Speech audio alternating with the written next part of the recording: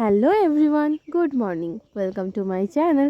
তো আজকের ব্লগটা স্টার্ট হচ্ছে এই যে এখান থেকে। তো আমরা এসেছি শুশুনিয়া। শুশুনিয়া এসে আমরা ফার্স্টে ডিসাইড করি যে আগে কিছু খেতে হবে, কারণ আমার আর আমার দাদার দুজনেরই পেয়েছিল খুব খিদে। তো তাই আমরা এখানে কচুরি আর ঘুগনি অর্ডার করেছিলাম। তো কচুরি আর ঘুগনি চলে এসেছে, তো আমি এখানে তাই ছোট্ট করে ক্লিপ নিচ্ছিলাম। তারপর আমাদের কচুরি ঘুগনি খাওয়া শেষ হলেই চলে আসে নলেন গুড়ের গরম গরম রসগোল্লা। তো তারপর আমরা বেরিয়ে পড়ি পাহাড়ের উদ্দেশ্যে। তো এটা আমাদের হঠাৎ করেই প্ল্যান ছিল যে শুশুনিয়া যাব। সকালবেলাতে ঘুম থেকে উঠে দাদা বললো চল শুশুনিয়া থেকে ঘুরে আসি। আমাদের বাড়ি থেকে প্রায় 16 কিলোমিটারের মতো শুশুনিয়া। তাই বেরিয়ে পড়লাম। তো এখানে বেরিয়ে এসে যা দেখছি তাতে হচ্ছে এখনও পর্যন্ত সেরকমভাবে কোনো দোকান ভালো করে বসেনি। অর্ধেক দোকান বন্ধ রয়েছে, কারণ আমরা 25শে ডিসেম্বরের কিছুদিন আগেই গিয়েছিলাম শুশুনিয়া, ওই আমার স্টাডি লিভের সময়। তো এই যে আমরা সামনে চলে এসেছি। তারপর দাদা পার্ক করার জন্য ওই রাইট সাইড থেকে যে ইকো ট্যুরিজমের একটা স্পট আছে না, খুব সুন্দর সুন্দর ফুল গাছ ওই সমস্ত কিছু লাগিয়েছে। যারা যারা শুশুনিয়া আসছো তারা জানো। তো ওইদিকে আমরা গাড়িটাকে পার্কিং করে আমরা চলে আসি এবারে পাহাড়ের দিকে যাব বলে। তো এই যে পাহাড়ের দিকে যাওয়ার সময় সেম অবস্থা, সব দোকান তখনও খুলেনি, কারণ সেদিন ছিল মেঘ ছাওয়া ওয়েদারটা, খুবই বাজে লাগছিল। কিন্তু আমার খুব ভালো লাগে এই ওয়েদার, কিন্তু ঘোরার জন্য এটা মোটেও ভালো ওয়েদার না, কারণ অর্ধেক দোকান বন্ধ।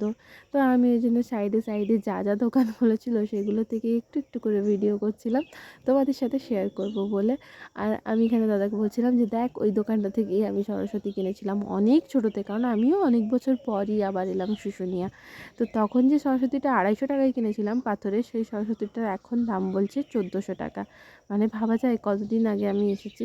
তো এখানে এই কাকু বানাচ্ছিল একটা বাবা শিবের মূর্তি বা কিছু, তো সেটা দেখছিলাম। তারপর এখান থেকে চলে আসি, এই যে কাকুটা প্রদীপ রং করছিল, আমার খুব ভালো লাগছিলো। আর এই যে মন্দির, ভগবানের দর্শন করে নাও সবাই। তারপর আমরা বলি যে চল পাহাড়ের দিকে যাওয়া যাক। তো এই যে আমরা পাহাড়ের দিকে বেরিয়ে পড়েছি। তো দাদাকে বলছিলাম তুই ভিডিও করে দে, আমি একটু হাঁটি, কারণ আর পাচ্ছি না। এই যে হনুমানজির মন্দির, টুক করে সবাই প্রণাম করে নিও। আর এই যে আমাদের শুশুনিয়ার বিখ্যাত ঝর্ণা, যেটার জল কোথা থেকে আসে সবাই বলে যে কেউ জানে না যে এটার প্রবাহ উৎস কোথায়। তো তারপর এখানেও আমরা প্রণাম করি। প্রণাম করার পর এখানে আমি দাদাকে বলি যে ঠিক আছে এবার আমাকে দে, আমি ব্লগ করছি, কারণ তুই অনেকক্ষণ ধরে বানাচ্ছিস। তো এই যে ও আমাকে বলে যে ঠিক আছে তুই ভিডিও একটু পরে বানাবি, আমার জন্য কটা ফটো তুলে দে। তো আমি ওকে বললাম যে ঠিক আছে চল ফটো তুলে দিচ্ছি, কিন্তু ও জানতোই না আমি এখানে ভিডিও করছিলাম। তারপর ওখানে পোজ দেয়, তো আমি ওর এখানে কটা ছবিও তুলে দিই। তারপর আমরা এখানে যেতে যেতে দেখলাম যে এখানে দুজন কাপল ফটো তুলছিল, তাই আমরা এখানে দাঁড়িয়ে পড়েছিলাম, কারণ আমরা গেলে তারা হয়তো একটু ডিস্টার্বড হতো। তারপর তাদের ফটো তোলা কমপ্লিট হওয়ার পর আমরা আবার হাঁটতে শুরু করি। তো আমরা আর কিছুক্ষণ হাঁটলেই ফার্স্ট চূড়ার কাছাকাছি চলে আসবো, কারণ আমরা অনেকক্ষণ ধরে হাঁটছি। তো তাই আমাদের কাছে জলও ছিল না, তাই এখানে আসি জল কেনার জন্য। আর এখানে আমি তোমাদেরকে বলছিলাম যে আমার দ্বারা আর সম্ভব হচ্ছে না, কারণ এত ভয়েসটা এখানে ডিস্টার্ব দিচ্ছে, তার জন্য আমি মুখেই বলে দিলাম আবার এই ভয়েসটা। তো দেখো যত উপরে উঠছি রাস্তাটা আরও তত খারাপ হতে থাকছে ধীরে ধীরে। তো যাই হোক, আর বৃষ্টি শুরু হচ্ছিলো মাঝে মাঝে, তো তাও আমরা হেঁটেই যাচ্ছিলাম। ভয়ও লাগছিলো আমাদের, কারণ খুব কম লোকজনই যাওয়া আসা করছিলো সেদিন। তো আমার আর দাদা দুজনেরই ভয় লাগছিলো। তারপর এই কাকুটার দোকানে যখন দোকানে এসে দাঁড়াচ্ছি তখন জাস্ট কাকু সবে দোকান খুলছে। কাকু আজ নাকি দোকান খুলতো না, ওনার সাথে কথা বলে জানতে পারলাম যেহেতু মেঘ ছাওয়া ওয়েদার তাই বেশি কাস্টমার হয় না এখন। তো তাই উনিও না গিয়ে দোকান খুলতেন না, কিন্তু ওনার কি মনে করে আজকে মনে হলো যে যাই দোকানটা খুলি ঘরে বসে না থেকে, তাই উনিও দোকান খুলতে এসেছেন। তো ওনার সাথে এখানে অনেক গল্প করছিলাম যে উনি কখন আসেন, কিভাবে আসেন, এত জিনিসপত্র কীভাবে নিয়ে আসেন। তো উনি বলছিলেন সব কিছু এখানেই রাখা থাকে, আর আমি আসি ওই সকাল 10টা সাড়ে 10টার দিকে, আর যখন আসল পিকনিক শুরু হয়ে যাবে তখন ওই 7টা সাড়ে 7টার মধ্যে চলে আসি মা এখানে।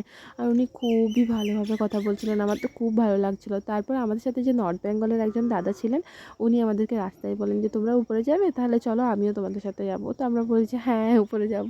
তো তখন উনিও আমাদের সাথে আসেন। তারপর ওনাকেও কাকু বলে যে তুমিও কিছু নাও বাবা, তখন ওই দাদা বলে যে তাহলে আমাকে কিছু এনার্জি ড্রিঙ্কস দাও। তো ওখানে 10-20 টাকা একটু বেশি ছিল সব কিছুর দাম, 5 টাকা 10 টাকা করে।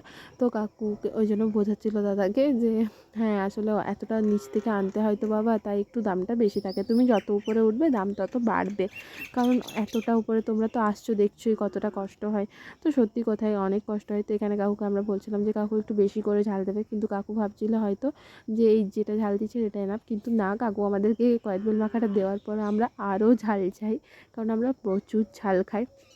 তো এখানে আমাদের কয়েকবেল মাখা মোটামুটি কমপ্লিটের দিকে। তো এবার কাকু আমাদেরকে জাস্ট কয়েকবেলটা নেবে, তখন আমি কাকু বলছি কাকু আরেকটু লঙ্কা গুঁড়ি দিয়ে দাও, তাই কাকু আরেকটু এখানে লঙ্কার গুঁড়ো জাস্ট দিয়ে দিল। তারপর কাকু আমাদেরকে কয়েকবেলটা দেয়। তো এই যে আমাদের কয়েকবেল মাখা। তো আমাদের নেক্সট পার্ট আমি আবার একটা ব্লগে দেবো, তার আগে তোমাদের সাথে এই ভিউটা শেয়ার করি, দেখো কি দারুণ লাগছে না? তো সবাই ভালো থাকবে, সুস্থ থাকবে, লাইক কমেন্ট শেয়ার করতে ভুলো না। আর শুশুনিয়া ব্লগের নেক্সট পার্ট খুব জলদি তাড়াতাড়ি আবার আপলোড করব। তো লাভ ইউ সবাইকে, অনেক অনেক অনেক অনেক ভালো থেকো সবাই। আর please please please like share comment and subscribe করতে কেউ ভুলো না। Tata by.